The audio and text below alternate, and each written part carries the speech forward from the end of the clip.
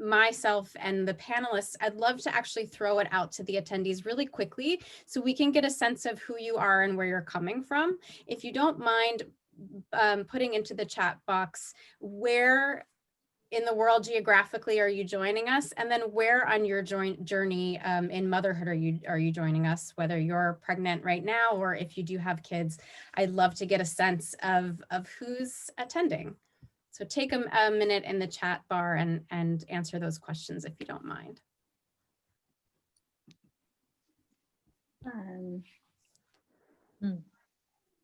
Yay, New Jersey. Awesome. Great. So we've got New Jersey, Boston, Queens, New York, first child very soon. Congratulations. Due in May, 33 weeks, 22 weeks. Amazing. First time moms. So Milwaukee, so excited that you're here. Central New Jersey, an 18-month-old, due Northern Virginia, due in May. New York City again, a mom with a 3-month-old. Wow. California, Mountain View, yay! Oh, Meg. Wow. Ohio, do not speak. Oh my God. Oh my gosh, you still have a moment. Oh my God, I just found out my best friend is pregnant. Oh my God. Wait, can you repeat that? One of the people in here is Meg Bennett, and she says, due is my second in July. Surprise panelist friend Gabby. One of my closest friends. Oh my gosh, wow. That is what a amazing. good way to tell me. I won't post it, Meg. Gabby, you better be on your A game. That's tonight. Good. I know. Well, this is amazing. First of all, congrats for having the wherewithal to be on this Zoom tonight when there's a lot of you that are due anytime now. It's just amazing to see all of that. So thank you. And we hope we can kind of cater our answers and help your questions with that mindset and focus. So fun. Let's get down to business. Again, my name is Gretchen. I'm the head of family experience at Vivi. And Vivi, in a nutshell, is reinventing childcare and early learning for families with children from 0 to 5 years of age. We partner with employers to make this a benefit, realistic benefit for employees. We partner with families by extending hours, ensuring that their needs are met, and focusing on parent communication and programming. And we deliver world-class childcare curriculum in a healthy and safe environment, both on campus in New York City, and out of the pandemic grew this awesome need to be fulfilled with an in-home program. So we take everything that we've really loved about being on campus and bring it to your home. And so my role is just to make sure that parents along the journey have all the information that they need to feel like rock stars, and that we celebrate every moment in a really distinct and special way. And with that, I'm going to have to turn it over to Tessa, because she is a Vivi mom that we've asked to be here tonight. And if you don't mind, for all the panelists, could you share who you are, what you do, the age of your child or children, and then in a nutshell, your childcare journey? Sure. So my name is Tessa Mosden. I live in New York City. My son was born in January, my first child. His name is Elio. So he is almost 11 months now, and he's been attending Vivi in person at the Tribeca location since September now. I would say my child care journey is a little bit interesting, and we can probably talk about this more, but I actually enrolled my son when I was still pregnant back in November, December timeframe, somewhere around there, about a month before I was due.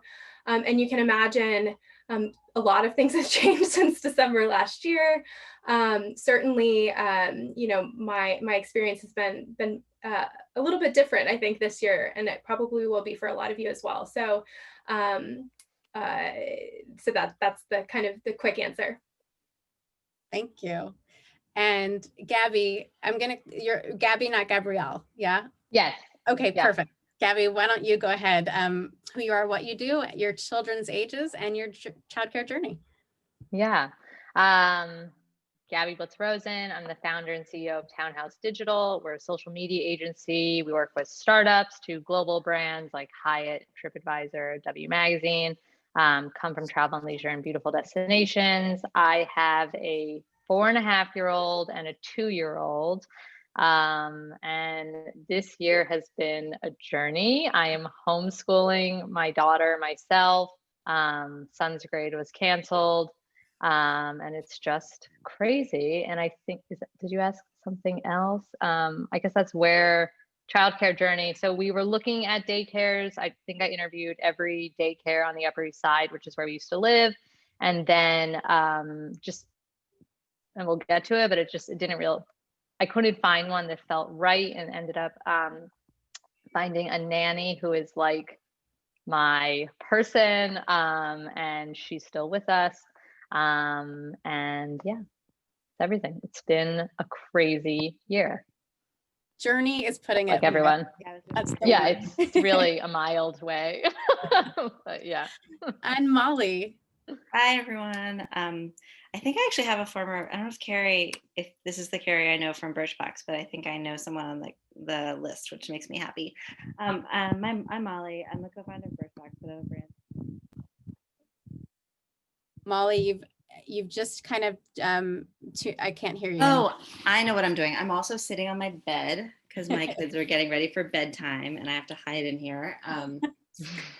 I'll start again. I'm Molly. I'm a brand strategy consultant. I'm a co-founder of Birchbox, which is where I learned all things brand. Oh, it is Carrie. Okay, one of my former colleagues is on here, who is wonderful. I'm currently leading brand at Coterie Diapers, and I'll drop my code in the chat. They're the best diapers in the world. I'm happy to kind of explain everything I know about diapers now, which is a lot more than I knew a year ago. And I have a 3.5-year-old named Lily and a 15-month-old named Finn. And we have, my journey is like a little more straightforward, but I think everyone's is like pretty crazy. I had a nanny share when we had Lily. I had a nanny share with my best friend, which is something, I have so many feelings about nanny shares. It was a great experience for us, but I think you have to like ask a lot of questions when you do it. And we did that until Lily was getting ready to go to school. And at the same time, Lily started school on the day that I was supposed to have Finn. He was actually a couple of weeks early, but either way, we kept our nanny, and now have a full-time nanny who we didn't have for part of the spring. And Lily's in school for half days, like school, but I love my school. If anyone lives in Brooklyn, also happy to talk about school we love. And it's been an incredible experience, but like there's so many like ups and downs with the combination of those two things. So wild experiences all. I'll share mine really quickly, which feels really passive in comparison to, I think, what's been happening out there. I have a 3-year-old, and we used to live in Queens. And for a while, we thought it would be sort of the New York parent way of living in a 1-bedroom with my mom coming from Pennsylvania to do 2 days a week, and then my husband and I would kind of toggle the other days, and that plan clearly like did not ever go well. So we actually made the move to Westfield, New Jersey a couple years ago, and I really wanted him to be in a group childcare. Did you say Westfield? Yeah, that's where I grew up. Oh my gosh. Yeah. Did I hear that right? That's being connected all over the place. Yeah. So, which is a wonderful time to, raise a child, and really wanted the social aspect of a group setting. And like most children, you get the occasional cold and pass it along to other kids. And my son kept going into the hospital for respiratory issues. So we soon realized that at this point in time, it was probably better to move him out, and thus began the search for a nanny, who we still have today. And thankfully, throughout the spring and summer, we've been able to have her here. So I'm actually starting to consider bringing him in to Vivi at some point soon, because I know that social aspect is really something that he really wants to be a part of. So all moms dealing with your journey here. Before we get into all of that, I'd love to know, and maybe I can steal some of these best practices, when you have an opportunity to have someone caring for your children. We all have to remember that in addition to our mom hat, we have our own individual human being hat, and we have to put our own oxygen mask on first in order to really take care of the rest of the things that are going on. What is one of the things you relish the most when your children are being cared for, that you can, if you have a moment of alone time, like what is your personal win that you love to relish? Gabby, I'll go with you. I love to go for walks. That's for me. It's always been the thing that I did when I was living in the city, pre-meeting my husband, everything, traveling. I just always loved to go for really long walks. Now the walks are a little shorter, so I walk a little faster. But for me, that's what I love to do as soon as I can. I'm literally running out the door. Like I'll go out in pajamas just to escape as fast as possible. And if like this morning, I couldn't get out. I only had 20 minutes. So I love Melissa Wood Health. She has a great app, and she literally will have a workout that lasts for 12 minutes. So you can just get it in really fast, even if your kids are kind of climbing all over you. So nice. Like Molly, how about you? Aside from hiding in the bedroom. I know. I mean, for me, exercise has always been mental health for me. Like I have like way too much anxious energy. So it really is like, especially in this past 8-9 months, whatever we're in, we're lucky enough to have a Peloton. So we have Peloton downstairs. So I will go down to the basement and do a ride. But I think the thing I realized this spring, and anyone who's in New York, maybe you had this experience, but like having everything that you love about New York, like stripped away from you, there was this moment where like all I wanted was to sit outside of a coffee shop and drink coffee. That's like all I wanted. And so now it's such a treat for me, especially when our nanny comes and like we drop Lily off school, whatever. We have a Blue Bottle near us, so it's like not even like an independent coffee shop, but they have a really good scene. There's like dogs, there's babies. I just love the scene, and so I love sitting there and just like having my overpriced coffee and like really soaking it in. Yeah, worth it. And Tessa, how about you? Yeah, and I realized I totally forgot to mention what I do. So I was thinking that too. Sorry about that.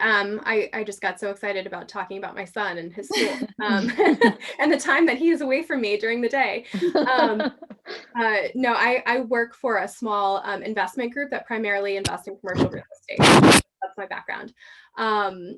But I think for me, exercise also has been really important. I think definitely I've always had a long-standing yoga practice, which, I used to go to these long, luxurious yoga classes, which is not happening not only from the pandemic, but also from having a small child. So, even doing like a quick 15-20 minute session at home where I'm completely undisturbed is really awesome. And I think also having my son outside of the house, like going to a physical school, has been nice to just also have some uninterrupted time to focus on work, especially after having him home and trying to kind of juggle full-time caretaking and work and everything else that has kind of come along with this year. I also love a good cup of coffee. One of my favorite things actually to do after I drop my son off at school is to go to my independent coffee shop down the street and get a cup of coffee on my way home back to my office. And that's been a really, really nice treat for myself. Thank you. I think knowing that so many of you are about to have a baby and really knowing that your focus is going to be 100% on another human being for a really long time, having that journey back to yourself is really important to just remind yourself constantly to get there. I think it's a real saving grace, and having moms out there that know that you can only be successful if you're allowing to give yourself that space and that time. And so Tessa, I'll come back to you again. You said you'd tell us a little bit more about your journey later. And actually for all of you, I really would love to hear this answer.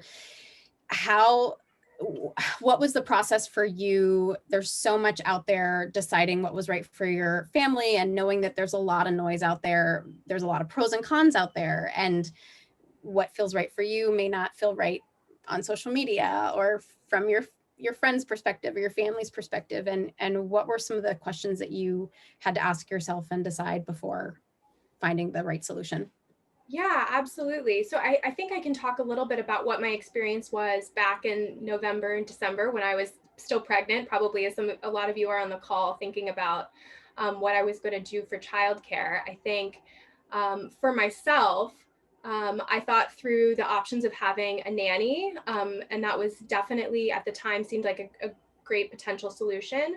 But I think what ultimately came down, and this is just a very personal choice, I think everybody has to kind of make this decision for themselves.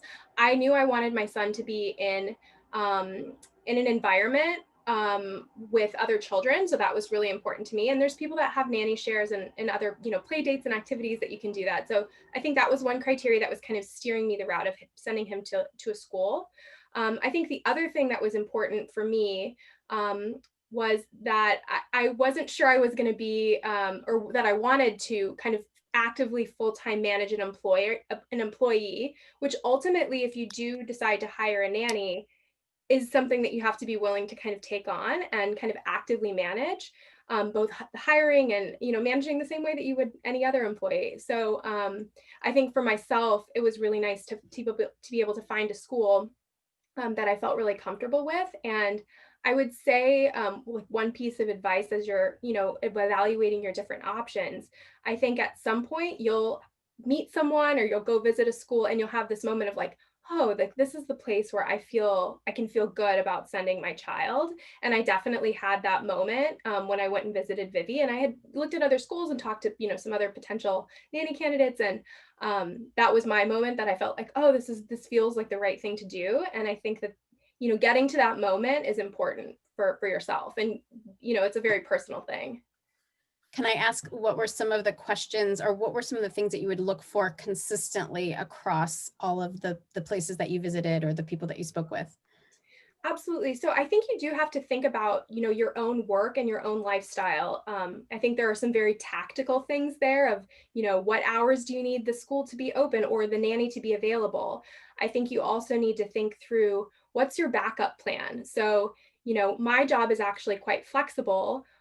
So I knew that if my son happened to get sick or get a cold, that I would be able to take care of him. And that was part of the plan, versus, some other situations that, I thought maybe if the nanny was sick or I had to, the nanny didn't work out, or I maybe needed to switch nannies, that was going to be more disruptive for my life than necessarily, me having to stay home from a day at work. But that could be totally different depending on what your situation is.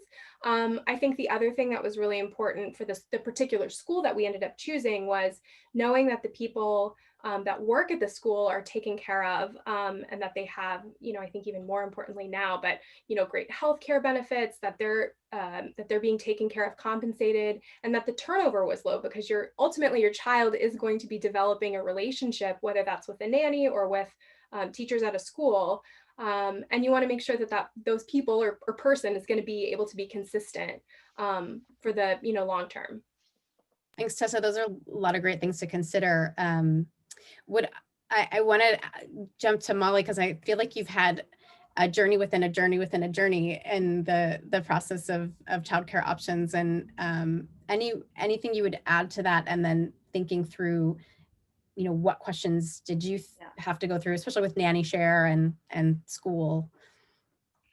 Yeah, I was actually thinking that Tessa put a lot, that those are really, I would say all that advice is amazing advice and probably more thought than we put into ours. And so I loved our nanny share. I think that there are so many ways it can go wrong. I think we got lucky in a lot of ways. And our decision path was really let's see if it's the nanny share to us. And I think this resonates with, I've talked to a lot of people at this point about nanny shares. It feels like a little bit of the best of both worlds, in addition to being less expensive.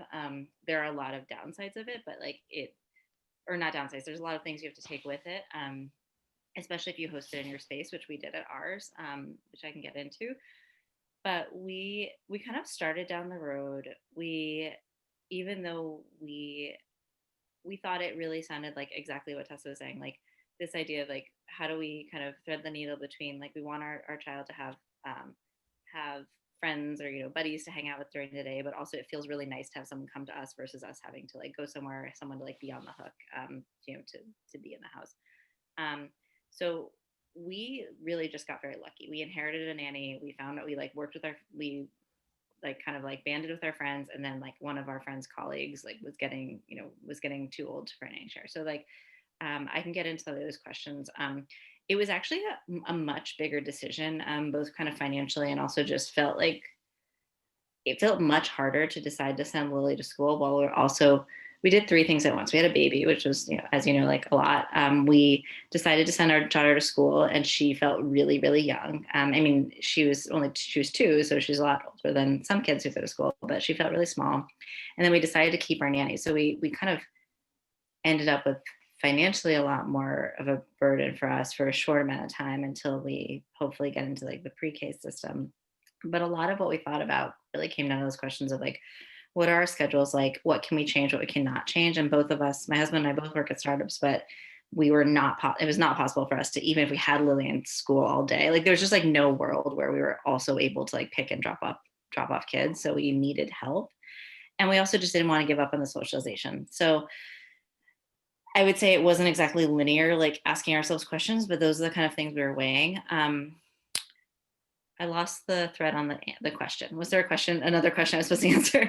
No. You picked up the thread quite nicely. I think that, yeah, I mean, and I think it's a personality component too. Are you someone that really wants to have all those questions answered before you go into maternity leave? Are you someone who is really comfortable with figuring it out as you go and using a little bit of gut instinct, and it's kind of a little bit of both in the end?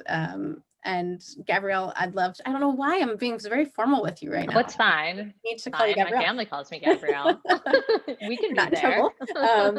But what are some of the factors for you, especially given that you are doing this amazing thing called homeschooling your child? No. It's she's going to kindergarten. This is the last year I'm probably capable of doing this, just because the learning, she's like teaching me things. So I was just very pregnant, kind of waddling around the Upper East Side, interviewing different daycares, and I wanted her to have the social experience. But in the city, daycare and nanny, I mean, they're both really expensive. So I wasn't totally sure, but I just wasn't getting, I'm definitely a gut reaction person. And I wasn't getting good gut feelings in each daycare that I visited, to the point where I was thinking about one on the Upper West Side, even though I lived on the Upper East Side and my work was also on the East Side. And I was like, I'm never going to be able to make this work. I was at a startup at the time. I was only woman in a C-suite title there, and I had let everyone know that nothing would change and I would be the exact same person and same schedule and everything. And obviously none of that was possible. And it changed for the better, but I was deeply exhausted and everything. So I needed, in the end, we, through a friend of a friend, found a nanny. I had reached out to a lot of different nannies, though, through Facebook groups like Upper East Side Moms, and interviewed a lot of amazing individuals. And we just got really lucky with our nanny, to the point when we left the city, she actually kept commuting out to us. She lives in Brooklyn and we were in Westchester. And then, I mean, we lost her for a few months this year, from March till June. Which was its own journey. But yeah, I would say you really have to go with your gut. You have to ask, even beyond the questions that you're asking. And now, especially this year with safety and health and everything like that, it really is a gut thing. How are you feeling? How are the kids that are there? How do they seem?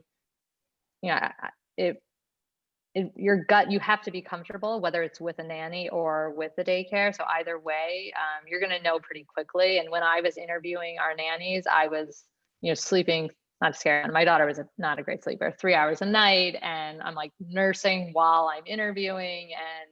But no matter what, you have this gut reaction about how this person is. Even if you don't ask all the right questions, are they kind? What are their types of responses? This person has the most important job, I always say, in your life. He or she is taking care of your children, whether it's at a daycare or in your home.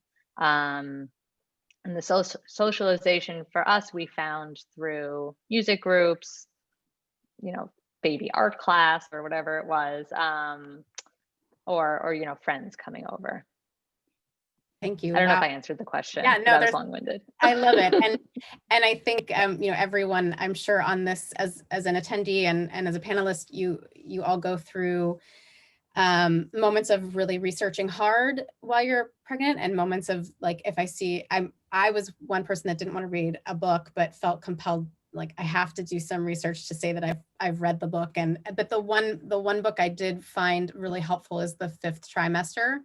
And it basically also shares the same advice that you're all giving, is there are pros and cons for either, any of the journeys. One, when you're thinking about a group setting, what does the family communication look like? How are they communicating to you on a regular basis? What do the older children in the school look like and act like? What's the parent community? What's the employee culture, like Tessa was saying, and understand that there are certain things that might feel weird but are hugely effective, like teachers have to wear gloves to change a diaper. Like that's just part of, that situation. Whereas in a nanny, that's not necessarily going to be happening. But again, do you want to be an employer? Where are the relationship boundaries? How are you with delivering and receiving feedback? What does that pay scale look like? And then, where do I even go to source those? I think I really appreciated it because it was basically, the book was saying, here are the facts that around these things. Just read and then go with where your excitement level is or your nervous level is. And I would say from the nanny component, so moving a little bit away from group childcare, what advice or what are some good, two-part question, where do you go to find to source? Is it the friend of the friend of the friend of the friend? And then once you source, what are some of your favorite interview questions? I'll throw it out to both of you.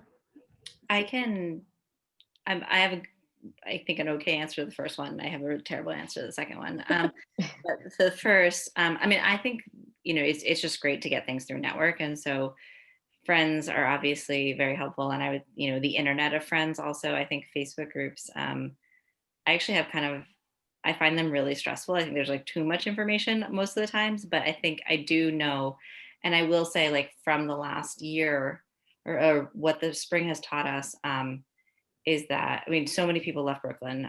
So many nannies are kind of like floating, trying to find new families. And I've just seen people like bend over backward to find places for their nanny because they love them. And I think that that's true. You're in this relationship with someone. And so I really trust those. I don't, it doesn't mean that person's perfect for you, but I do trust recommendations as long as like that person on the internet seems fairly normal or kind of like,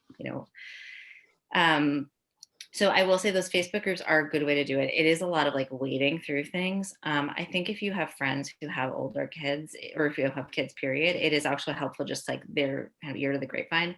On the second, because these are actually kind of related, I will say like everyone I've talked to who has interviewed nannies has always said, I really don't know anyone who's been like, I love them from the start. You're always nervous. You're probably not sleeping that much. Your baby's probably really young. It just feels really unnatural, so many of these things. And like the idea of it feels really scary.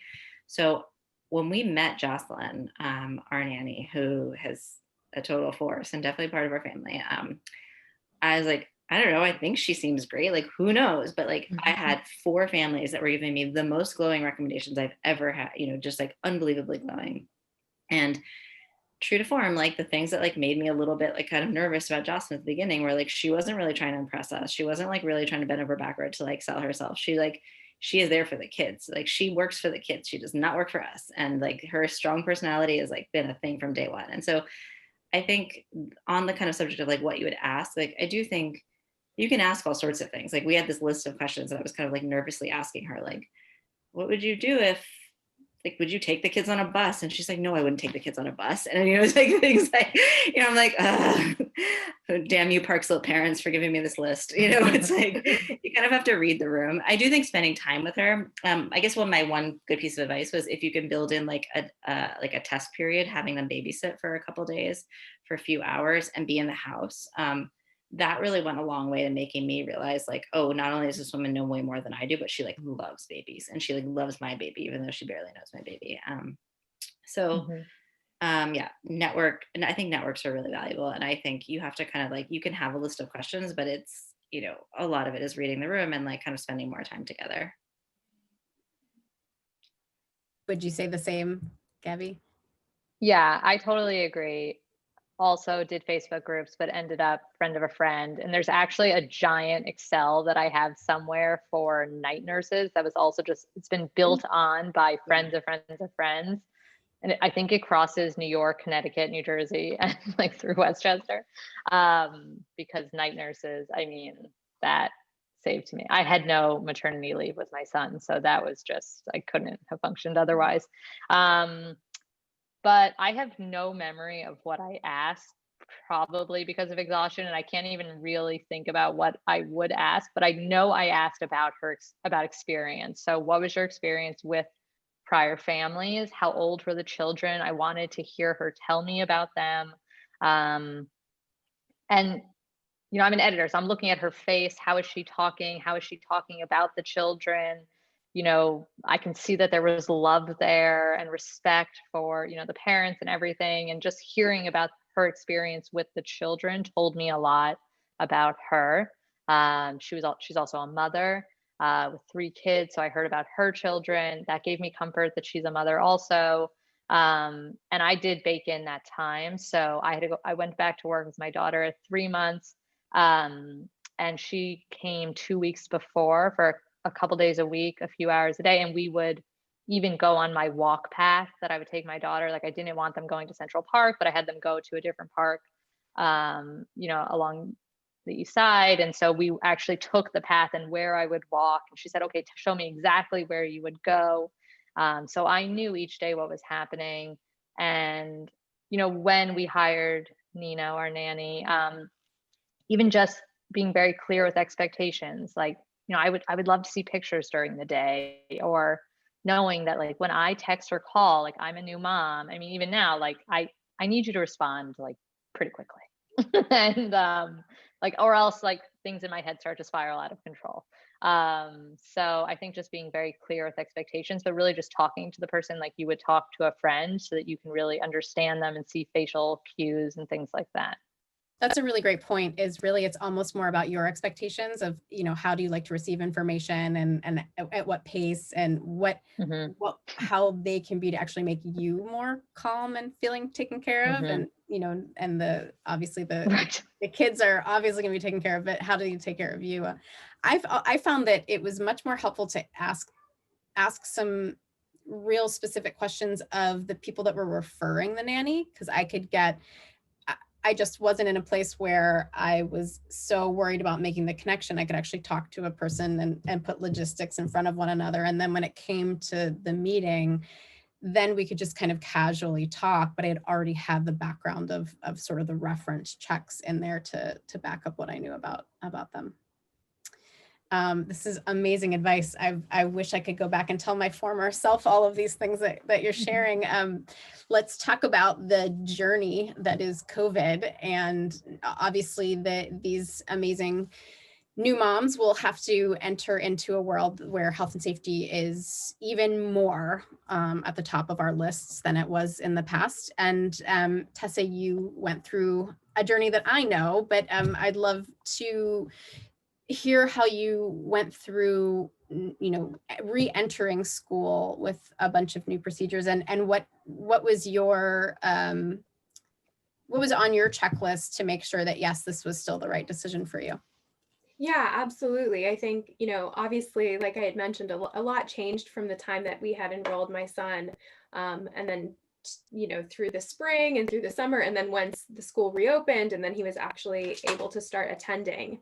I think, there's a couple of things that definitely kind of reinforced that Vivi was the right choice for our family. I think the first one was just the logistics of our home and work environment. So my husband and I, maybe foolishly, decided to renew the lease on our 1-bedroom New York City apartment shortly before COVID, thinking, oh, we're maybe going to buy a place, or we'll get a bigger place next year, thinking, oh, our son will be in school 5 days a week. We'll both be going into the office. Like, it'll be very, on the weekends we'll be out and about going to restaurants and going to the park. So thinking like that would be not as problematic, I think, in terms of like balancing our work. So for us, the idea of having a third adult in our work living area was just kind of a non-starter. So for us, that kind of crossed the option of nanny off the list for us. Post COVID, I think, if we had both been out of the house, that wouldn't have been a problem, working out of the house, but we're both working from home. So I think that's one kind of tactical logistical thing you have to think about is your living situation. Like, do you have a separate office if you're working from home, or are you leaving the office or leaving the home to work for the time being? So that's one thing. I think the other thing that was important to us was feeling really comfortable with the school's health and safety procedures. So for us, the decision was either, maybe I'm going to step back from work, or my husband's going to have to we're going to have to figure out how to manage childcare ourselves, or, our son's going to go to school. And so how can we feel comfortable with the health and safety procedures at the school? So as you can imagine, I enrolled my son in daycare. So I'm a little, before, I had even given birth to him. So I'm a little type A. So I did, a lot of research on, how COVID is transmitted. Like if kids, what can you do to kind of realistically, to minimize the risk of exposure to your family, knowing that your kid's going into an environment where there's other kids, right? So I think for us, we felt really comfortable with the school's health and safety procedures. I thought that they were doing pretty much everything you could possibly do to reasonably protect, whether that's all the teachers wearing masks, whether we have contactless drop off for our school. So, the parents aren't actually going into the school. You just kind of are in the vestibule. There's temperature checks. So there's like all of these procedures that made us feel pretty comfortable with him going to school. And for us, I think also feeling that if he was going to have socialization, that's kind of a controlled environment for socialization. Versus, if maybe he was going to go on a play date at the park where you don't necessarily know if there's like protocols and where the other family's been and things like that. So I think that's something to definitely consider when you're thinking about this in the time of COVID too. I'll share out that when we are speaking with broader community outside of Vivi, some of the evaluations we ask that parents think about is really what were the pre-opening procedures? What did they do prior to reopening the school? What's testing and monitoring look like? So how frequently are faculty tested? How frequently are temperatures taken? What supplies does the school have on hand? Masks, PPE, long sleeves, how's hair worn, hand washing, and then what are the procedures for strollers, for cleaning, for communal technology, for personal belongings, kind of a checklist broken down in those 4 buckets that I think are, it's a nice way to wrap your brain around it. And I would say absolutely ask that before you even consider that if that childcare space should have a plan in place, and they should be able to at least have someone to be able to speak with you or give you collateral on real things that they're doing. Ladies below me, are there things that you would add given your childcare situations that you've been just thinking of differently? I mean, for us, so we, similarly, I think thinking about, we go to the Brooklyn Preschool of Science. I would say they have been over communicative, which is like exactly what you want. Like we get literally like PowerPoints about COVID. And so like, we really feel very, very aware of what's going on. I guess like this entire spring, we're in the fall now, but it's really just been this kind of like nonstop kind of assessing of risk. And my husband is the kind of person who's like looking at the rates daily. And so like I have my in-house epidemiologist, but it took us a really long time. Our nanny had COVID. It was really scary. She was really sick and she got better, but then we waited for a while to have her come back. She really, she's like the kind of person who actually like really does want to work. And so she really wanted to come back to see the kids. So we like eased her back in. And even when we had her come back, now she's driving. So like everything's this kind of like we're all just figuring it out. I mean, we know that in our personal life or kind of in our non-kid lives, but we're all figuring it out. And even now in the past few weeks, we had been having kids from her school over for like controlled play dates in our home. And we're not really doing that anymore, mostly because the nannies are there and like it's just this thing. It's like you kind of feel like at a certain point you just gotta like you like go out and you come in a little bit. So I would say for us it's just like everyone else, we're just kind of like in this mode of like taking in the new data points and making the best choices we can. And we bought really good outdoor stuff. I would say we're all hanging out outdoors. Uniqlo Heat Tech. For sure. Yeah. Yeah. I want to be conscious of time and make sure that we leave some time for questions, but any parting thoughts that you would leave us with, if you could impart any last notes of wisdom? Something you wish you told yourself or you wish you knew? I mean, I knew this, but I would say like the thing that comes up a lot with my friends who have younger kids is like, it's a constant, like, it's like a relationship. I think someone says like, man, you know, for us in particular, it's managing a nanny, but even if you're managing a situation where it's a school, it's like your kid changes, the situation changes, what you need from the situation changes. So like it's just been a nonstop, you know, we And that's get okay, the relationship. right? Yeah. And I think it's never kind of like done. And that's like the thing that's just the reality of it. Which could actually be great for new moms to hear, because you might feel like you're locked into something and this is the end of the world. And then, you know, a new thing opens up, which is nice to hear. I would absolutely say, like, if there's one thing I could go back and tell myself is, you know, you have the permission to change your mind, right? So if you decide that you think that a nanny's a great fit for your family and then it doesn't work out, that's okay. And like, if you decide school is what you think is going to work for your family and COVID changes or your family changes or where you live changes, like, that's okay to change that too. I think at the time I felt like I really had to like have it completely figured out. And I think that's a good lesson for motherhood in general, is that you never completely have it figured out, whether that's childcare or anything else. So, yeah. There's just so much information out there. Like I remember once crying because someone was telling me about the different strollers and I was like, this is a whole other language. Up a baby, what? Like, and there was just so much and it's so overwhelming. And that was pre-COVID. Like what a luxury to only have to think about the stroller. But you know, I think going really like, even this year, I'm like, okay, we're gonna take it 1 month at a time. And I think that's even maybe too much time. Like, you know, a day at a time, a week at a time. What is the situation now? What do I feel good about?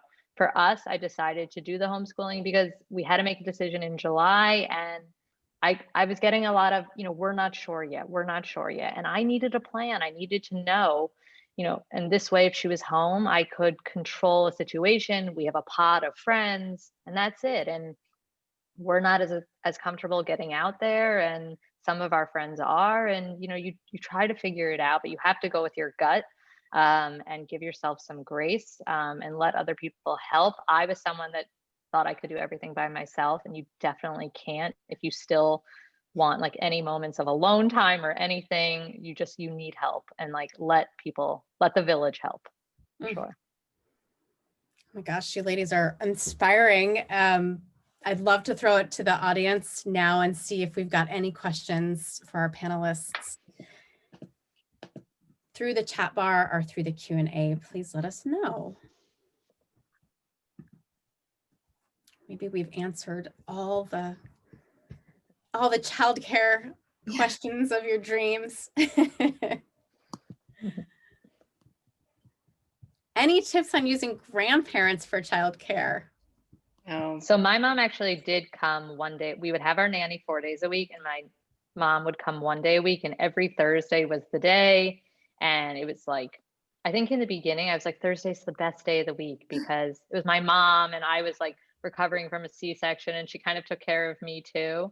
But then Thursday became the day that was like filled with candy at like 7 a.m. for my daughter and like cartoons all day. And every Thursday when my mom would leave, my daughter was like hyped up. And I'm like, and it was just like, it was hard to give her a bath. It was hard to get her to bed. Yeah.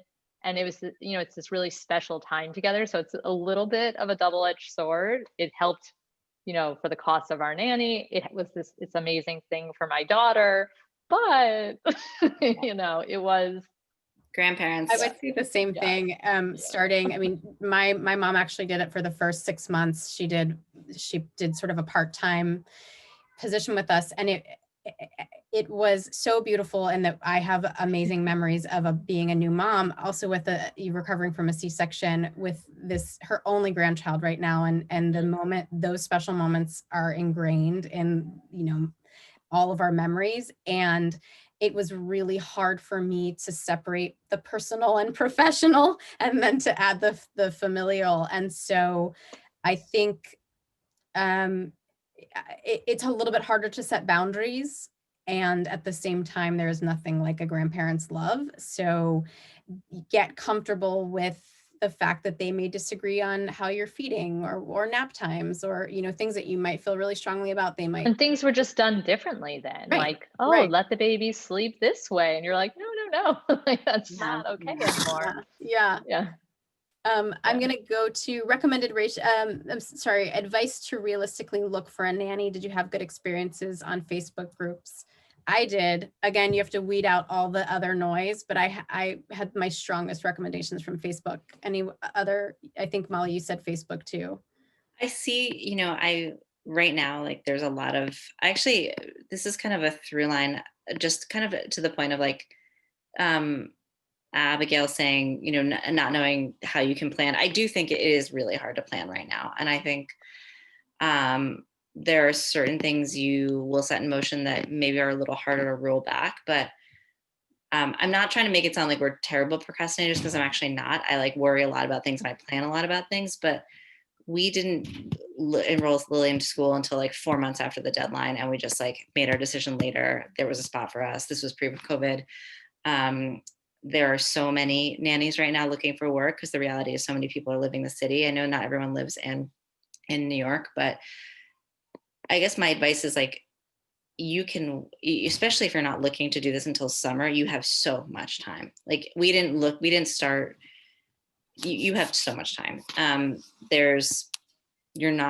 You're going to be able to find someone. And I think if you just want to take a beat and be pregnant and think about it later, I know other people might want to get it all set up. Like things change constantly. And I will also say the thing about nannies, I found, and this you actually will see if you go in any Facebook group, is that there are some nannies who are looking for also like flexible, like they're kids in school in the mornings and they're looking for afternoons. So like they're all at least like hybrid. I found it like a little stressful to think about like patching something together, but if you're not ready to go full time, there's that.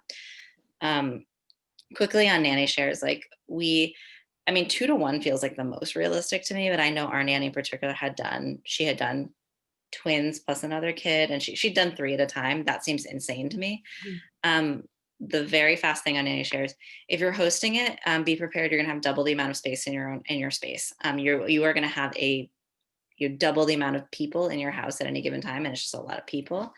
You need to be on the same page about parenting as the people you're sharing with. And that means like, do the kids get goldfish as a snack? Are they just eating like organic cheddar bunny? Like just like things that are so specific that like might just grate on you at the end of the day. Or like our best friends did cloth diapers, and we had cloth diapers in our house for 2 years almost. And that was like not something that I loved, but like you dealt with it. Like, so I think it's just like, you just have to be aware of so many other things, but like, I did love it so much. So if anyone like, I don't know, I'm really easy to find, you can Instagram message me or something. Like, I just thought it was such a great experience. And I think it can go really poorly, but these kids have like siblings now, like they're like best friends now.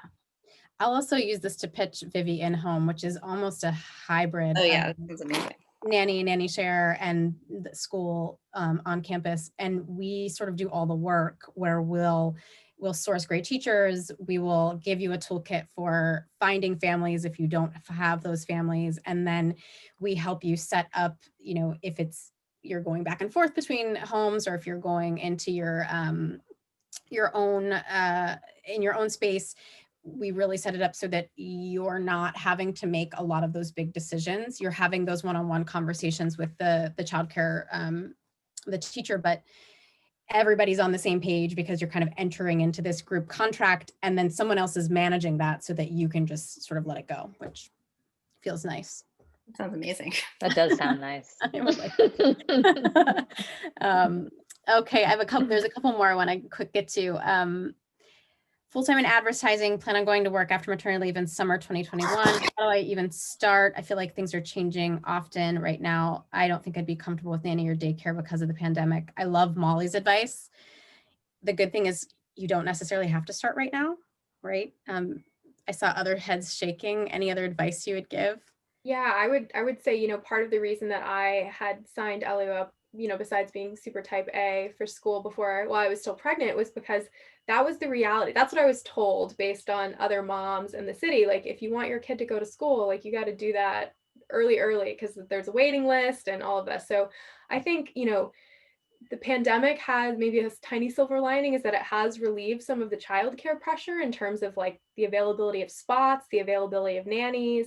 And it's certainly different in every area. So I know not everybody here is from New York, but I would say wait. Like, and I would wait you too. also don't know how you're going to feel. You know, like, you might feel completely different. Like, the COVID situation might be completely different. You might change the way you feel about your work, or like your family situation. So I think a lot can change in that time. Mm-hmm. Agree with that. If you're interviewing nannies, how are you assessing how they might engage with kids? So supporting cognitive learning, motor skills, discipline, all that good stuff. Molly's like, I didn't ask those questions. For me, I asked that like she would like read stories to her. I mean, but they listened to a lot of music together. I started my business. We were in a 1-bedroom on the Upper East Side, started my business out of our bathroom, and there was literally Daniel Tiger like blasting all day long. People were like, what's going on there? So music, reading, but engaging with her. I used to say, like, just focus on her. Our nanny always is like trying to clean and do everything. I'm like, just focus on her. And as long as the attention and love is there, honestly, that's all you really need to worry about and focus on, and school will do the rest. And as long as they feel loved and are happy and safe.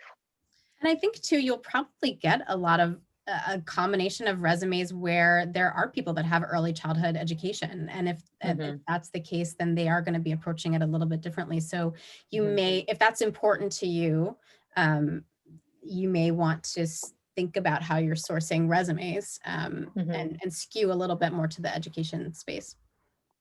Just one thing on like, I think it also helps to like have a little, you and your partner, or you just like think about what are like the most important things to you. And like nannies come in, and just on the nanny piece, like they come in every flavor, just like schools. And so, for example, like our nanny does no housekeeping at all and is actually like pretty messy. And it was something that drove me nuts at the beginning.